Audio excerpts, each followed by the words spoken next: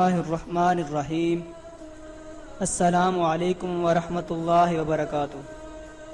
تمام احباب کو جنرل نالج کی جانب سے ایک بار پھر خوش آمدید۔ امید کرتا ہوں کہ تمام احباب خیر و عافیت سے ہوں گے۔ سامعین، آج کا ہمارا ٹاپک ہے شادی کی حقیقت اور آج کی شادی خانہ بربادی کیوں۔ سامعین، اللہ تعالیٰ نے دنیا میں مرد و عورت کے جوڑے بنائے اور مرد اور عورت دونوں پر شہوت غالب کی ہے، دونوں کے لیے ایک دوسرے میں جنسی کشش رکھی ہے۔ یہ جسمانی نظام انسان کی یہ فطری تقاضے، آلات و افعال بزبان حال دنیا کے انسانوں کو باری تعالیٰ کی تخلیق کا منشا و مقصد سمجھنے کی دعوت دیتے ہیں۔ خدا تعالیٰ نے صرف جسمانی نظام اور بہمی فطری تقاضوں کو بنا کے نہیں چھوڑ دیا، بلکہ سرکار دو عالم صلی اللہ علیہ وسلم کی زبانی و عملی طور پر اس نظام کے استعمال کے طریقے اور شرعی ضابطے اور آداب زندگی میں بتلا دیے گئے ہیں۔ اس لحاظ سے نکاحی زندگی کے احکام و شرعی حدود اور مسائل اور میاں بیوی کے باہمی تعلقات کو مضبوط بنانے اور اپنے بچوں کی زندگی خوشگوار بنانے اور ساتھ ہی جہالت و بدعت اور رسوم سے بچنے کا طریقہ اور شرعی حکم کا علم ہونا نہایت ہی ناگزیر ہے۔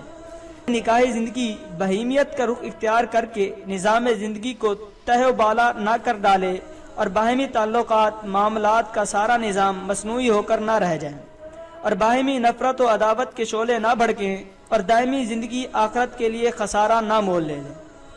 سامعین، یہ بات یاد رہے کہ صرف تقریریں سن کر، کان پکانے سے اور تحریریں کتابیں پڑھ کر آنکھیں گنوانے سے بہتر یہ ہے کہ آدمی یہ سوچے کہ جو کچھ کہا اور جو کچھ سنا اور جو کچھ پڑھا اس پر عمل بھی کیا یا نہیں، اور جو کچھ پڑھا تھا وہ یاد بھی ہے یا نہیں۔ اگر عمل کی طاقت اور یادداشت کی صلاحیت ہی نہیں ہے تو پھر ہم کس کام کے؟ یہ یاد رہے کہ جس طرح جسم کا لباس کپڑا ہے، اسی طرح آدمی کا لباس علم ہے اور علم کا لباس عمل ہے۔ حضرت علامہ اقبال مرحوم رحمۃ اللہ علیہ نے کیا خوب فرمایا کہ الفاظ و معانی میں تفاوت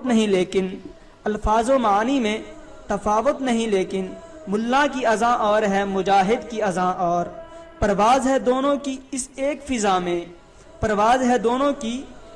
ایک فضا میں، کرگس کا جہاں اور ہے شاہین کا جہاں اور، نہ تو زمین کے لیے ہے نہ آسماں کے لیے، نہ آسماں کے لیے، جہاں ہے تیرے لیے تو نہیں ہے جہاں کے لیے۔ سامعین، شادی قدرت کی طرف سے ایک مقدس بندھن ہے۔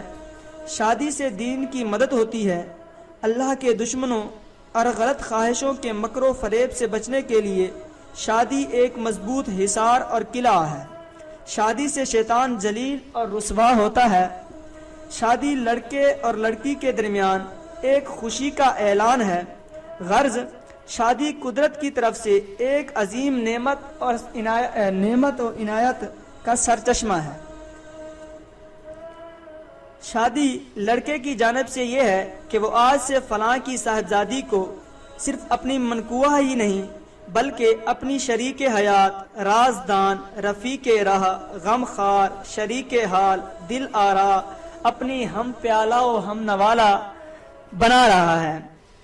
شادی لڑکی کی جانب سے یہ ہے کہ ایک خاموش وعدہ ہے کہ وہ اپنے شوہر کی وفادار، دلدار، غم گسار، دکھ درد کی شریک، خیر اندیش اور امین بن کر رہے گی۔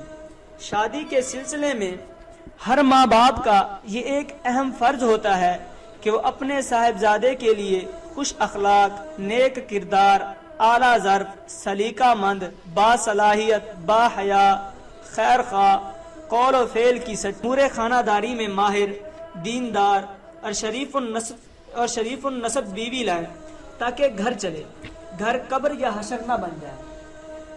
اچھی اولاد ہو، آپس میں خوشحالی پیدا ہو، سکون و اطمینان سے زندگی بسر ہو۔ اگر کسی کو حقیقی ایمان نصیب ہو تو پھر اس کا حال یہ ہوتا ہے، بقول رسول اکرم صلی اللہ علیہ وسلم کہ ہر راحت و نعمت پر شکر اور ہر مصیبت و علالت پر صبر، پس ہر حالت میں اس کو نیکی حاصل ہوتی ہے۔ اسی طرح والدین اپنی پیاری لڑکی کے لیے خوش اخلاق، ایماندار، وفاشیار، ذمہ دار، برسر روزگار، بلند کردار، مہذب، تعلیم یافتہ، شائستہ اور نہایت ہی نیک شوہر مہیا کریں۔ شادی کی کامیابی اور گھر میں خوشحالی اور اولاد کی ترقی و دینداری کے لیے میاں بیوی دونوں کا اچھا، سچا، ایماندار اور بلند کردار ہونا اتنا ہی ضروری ہے جتنا مچھلی کی زندگی کے لیے پانی لازمی ہے، ورنہ آپس میں بندھن جوڑنے اور مضبوط ہونے کی بجائے ٹوٹنے کا اندیشہ ہے۔ آخر شادی خانہ بربادی میں تبدیل ہو جائے گی اور گھر جنت نہیں جہنم بن جائے گا، جس کا مشاہدہ آج ہم اچھی طرح کر رہے ہیں اور لوگوں سے سن بھی رہے ہیں۔ تو سامعین، دعا کرتا ہوں کہ اللہ تعالی ہمیں بھی شادی خانہ آبادی بنانے کی توفیق عطا فرمائے، شادی خانہ بربادی بنانے کی توفیق عطا نہ فرمائے۔